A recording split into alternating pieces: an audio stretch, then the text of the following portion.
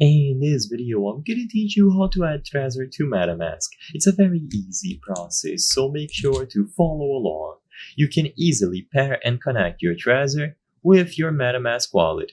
They are going to be supported together, and this is a feature that was introduced in MetaMask, so you can easily link them both together without using any sort of third-party software.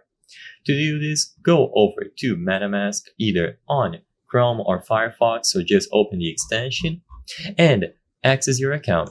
So open the MetaMask extension, click on your account at the top of the screen, and when you choose your account, you will be able to manage the accounts that you have connected, and then you will find the option to add a new hardware wallet.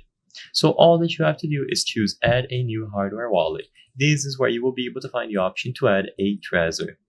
So when you choose Hardware Wallet, you will find plenty of options, including Trezor, so make sure that you choose it here. They are also going to have Ledger, Lattice, and then QR-based. Now, if you choose Trezor, you should see the pop-up appear like this. So there will be a notification, you can select it from the list and connect. Of course, you need to make sure that your Trezor is currently connected to your PC. This will be primarily done with a USB cable, so connect your Trezor to your PC or laptop while you are doing this process.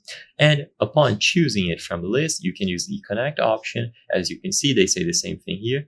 Plug your Trezor directly into your computer and unlock it. Make sure you have the correct passphrase. And once you choose the option to connect, you will get a pop-up from Trezor.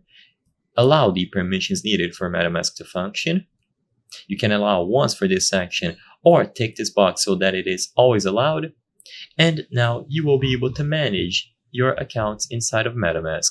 So you will have all of your Trezor accounts. You can choose which ones you want to add, and all of them will be listed under MetaMask in conjunction with your Trezor.